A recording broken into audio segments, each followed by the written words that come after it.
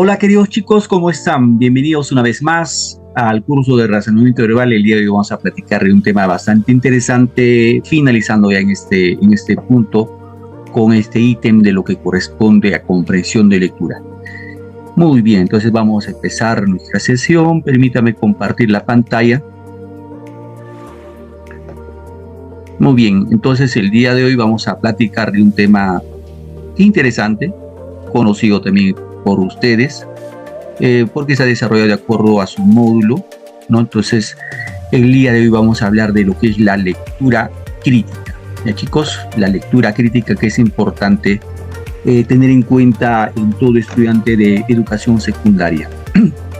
Bien, recuerden ustedes que digámoslo, no solamente el Ministerio de Educación, sino también seguramente todos los actores educativos, siempre se indica de que la lectura es importante para desarrollarnos en el campo académico.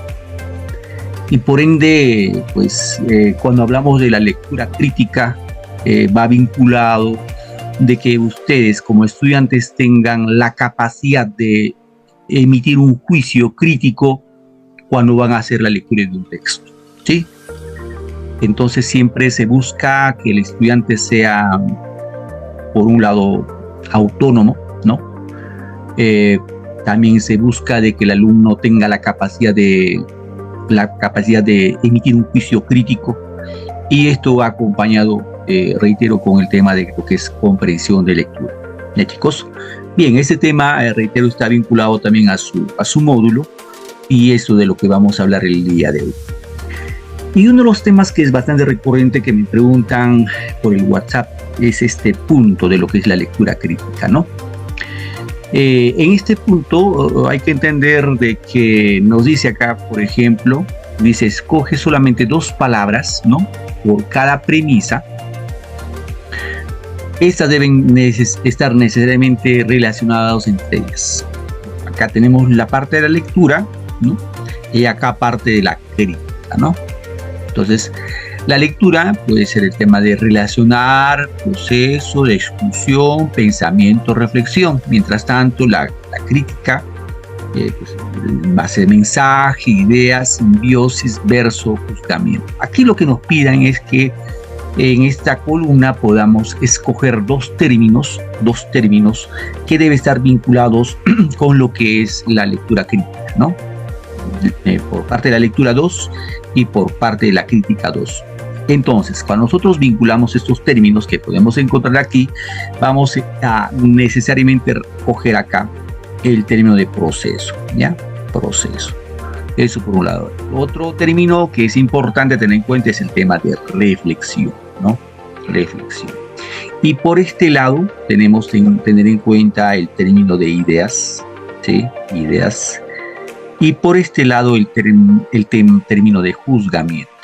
Entonces, con estos 4 temas, con estas 4 palabras, con estas 4 ideas, vamos a poder organizar esta partecita. Ahora dice, tener en cuenta las 4 palabras, que son 4, ¿sí, chicos? Con estas 4 palabras que hemos escogido, vamos a hacer una definición. Por ejemplo, acá hemos puesto como ejemplo proceso, ¿sí? A ver si puedo escribir rápido el término de proceso. Chicos, acá es proceso. A ver, disculpen, me está saliendo la tinta de color rojo, básicamente para hacer marcas, pero lo voy a usar este color, por favor. Sé que es una falta de respeto, pero por lo cual nunca sabemos que no podemos usar el rojo, solamente para por ese tema, chicos, con la premisa de las disculpas del caso. Acá es el tema de reflexión, ¿no? Dirán, profe, pero ¿por qué no se puede usar rojo, no? El tema es, reitero, el rojo, tema netamente de respeto, ¿no? El rojo no podemos usar para escribir textos, ¿no? Eso lo saben ustedes muy bien. Ojo, acá es, wow, se me fue acá. Acá es la E, chicos, reflexión. ¿sí? La E es, se me fue ahí, reflexión, ¿de chicos? Y por este lado viene el término de ideas. Ideas. Lo hacemos de esta manera.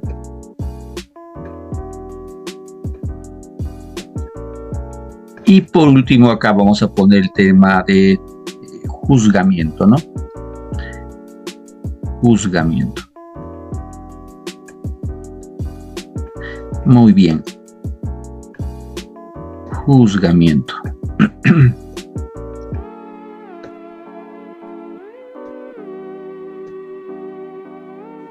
Hay que tener buen pulso acá.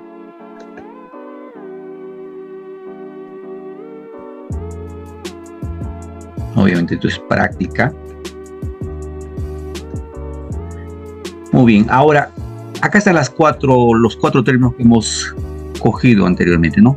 Ahora dice, teniendo en cuenta esas 4 palabras, ¿no? Que hemos escogido, vamos a hacer una correcta definición de lo que es la lectura crítica, es lo que nos dice, ¿no? Entonces, ¿qué podemos o cómo podemos hacer una definición de lo que es la lectura crítica? Podemos decir, la lectura crítica es un proceso, porque pues procesamos, ¿no?, la información del texto que estamos leyendo. Es un proceso en la cual nosotros vamos a, reitero el término, redundar el término, vamos a procesar ¿qué cosa? Ideas que están en el texto, ¿no? De una manera reflexiva, o sea, con reflexión. Y al final nosotros como lectores vamos a emitir un juzgamiento, vamos a juzgar. ¿Estamos?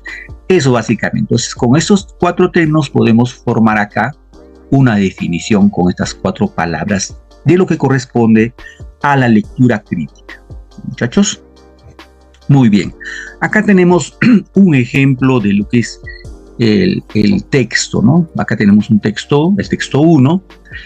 A ver, un poco para compartir la idea. Cada uno de ustedes seguramente tiene una técnica de lectura. Lo que les voy a compartir yo es una técnica de lectura que personalmente lo uso, también otras personas seguramente lo usan, que consiste en lo siguiente, ¿ya? ¿Cuál es, profe, dirán ustedes? La técnica consiste, no leo el texto, me voy de frente a las preguntas, ¿sí? Me voy a las preguntas.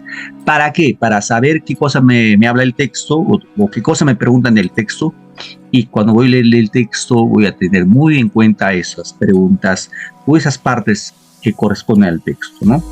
Acá dice, por ejemplo, según el texto, ¿no? Cuando dice según el texto quiere decir lo que son afirmaciones, ¿no? En el texto. La 1 dice, de los albores de la civilización el hombre poseía muchas numeraciones. 2, para la expresión de cantidades que requieren diversas actividades humanas no se necesita una forma escrita, ¿sí? Y la 3 dice, la única civilización precolombina fue la India. ¿Cuáles esas 3 son correctas? Es lo que nos preguntan, la 1. En la 2, se deduce el texto. Cuando dice se deduce, acá hay que hacer inferencias. Es decir, aquí nos preguntan que de todo el texto leído, ¿qué cosa podemos deducir en forma sintética? Solo el hombre de la India tuvo idea de la numeración. La B, los hombres antiguos poseían dedos. Eso nos hablará, vamos a contrastar ahora. La C, gracias a los sistemas digitales el hombre pudo utilizar mejor sus dedos. ¿Ya? La D, los dedos de los hombres fueron la génesis de la numeración. Y la E, la India cuenta con muchos habitantes que saben contar. Y en la 3 nos habla de si la premisa es verdadera o falsa, ¿no? Por ejemplo, dice que el hombre creó los sistemas digitales. Obviamente el hombre creó, ¿no? Ahí sin ir muy lejos ya es verdadero. Fue en la India que se originaron los números. Eso no lo sabemos, vamos a contrastar ahora. En la C, en España se encontraron facturas con números arábigos. Ahí lo vamos a ver en el texto si hay esa parte. La D, en la India se realizaban trueques y otras actividades. Vamos a ver si es cierto. Y la E, los mayas se desarrollaron más que en la India. Bien. Y la pregunta 4. ¿Qué dice? ¿Es posible autor del texto? O sea, quien escribió el texto será un matemático puro, un hombre de origen árabe, un intelectual hindú, un historiador investigador de los números arábigos, un arqueólogo aficionado a los números. Entonces acá hay que saber, hay que deducir quién sería el posible autor del texto que vamos a leer a continuación. Chicos, entonces vamos a leer. Ojo, acá siempre ustedes cuando están frente a un texto, este es un texto corto por ejemplo, usen los subrayados, ¿sí? Subrayen. Ya tenemos más o menos una noción de lo que nos están preguntando. En virtud de eso hay que leer, pero en forma ya comprensiva. La idea es ganar tiempo, ¿no? En comprensión lectura hay que ganar tiempo, porque el tiempo es el peor enemigo cuando uno desarrolla actividades de esta naturaleza. ¿Qué dice acá? Voy a leer y ustedes me van a acompañar y con ustedes se van a dar cuenta las respuestas que vamos a consignar, ¿no? Dice, en los albores de la civilización, cuando decimos albores, quiere decir en los inicios de la civilización, dice que el hombre contaba con los dedos, ¿sí? ¿Está claro? Ojo, acá hay que tener en cuenta los puntos, acá hay una marca. Esto es importante, tener esa marca. O sea, en los inicios de la civilización el hombre contaba con los dedos. Ya. ¿Qué más dice? De ahí se deriva el nombre de dígitos y los sistemas digitales. Otra idea. Ahí sale otra idea. Es importante las ideas. ¿Qué más? El progreso e incremento del comercio por medio de los trueques y otras actividades humanas que requieren la expresión de cantidades forzó al hombre a crear una forma escrita para indicarlas. Ojo, esto es importante que tengamos en cuenta. Dice, el progreso, el incremento del comercio, mucho comercio por medio de los trueques y otras actividades humanas que requerían la expresión de cantidades, ¿no? Forzó al hombre a crear una forma escrita. O sea, acá va a forzar al hombre, ¿no? Al hombre a crear una forma escrita para indicar, ¿no? Para saber la cantidad. Ahí termina la idea. Ahí vamos hasta ahí. Tres ideas. ¿Qué más? Se supone, aunque no hay la certeza sobre ello, que en la India, ojo acá, que fue en la India, ¿sí? Que fue en la India hace unos 2500 años, donde se originaron los números que conocemos como arábigos. O sea, la India supuestamente es donde se originaron los números llamados, que ahora nosotros llamábamos los números arábigos. Ahí está otra idea, chicos, en la India. ¿Qué más? El manuscrito más antiguo en Europa en el que aparecen esos números arábigos se encontró en España y datan más o menos del año 976. En India están unos más o menos 2500 años. ¿Sí? Bien, ahí está claro el texto. Y con esta información que tenemos, vamos a desarrollar los ejercicios. Acá, ¿qué dice en la pregunta 1?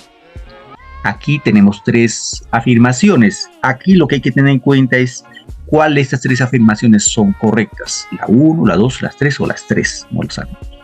¿Sí? ¿Qué dice la 1? En los albores de la civilización el hombre poseía muchas numeraciones. Dice muchas numeraciones. ¿Qué dice acá? En los albores, vamos a ver acá, ¿no? En los albores de la civilización el hombre contaba con los dedos, ¿no?